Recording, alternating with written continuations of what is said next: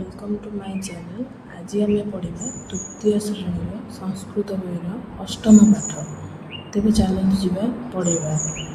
प्रथम कौन अच्छे विद्यालय प्रांतरम अस्ति तामाने विद्यालय पड़िया अच्छी। पर्वते सिंह अस्ति पर्वतरे सिंह अच्छी। वृक्षे बानर अस्ति गछरे माकड़ अच्छी। तापरे ग्रामे कृषक तिष्ठति ग्रामरे कृषक रहिछि।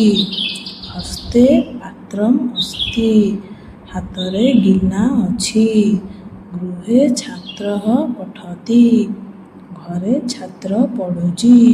वर्गे आचार्य पाठयति श्रेणी रे शिक्षक पढ़ाउछन्ति।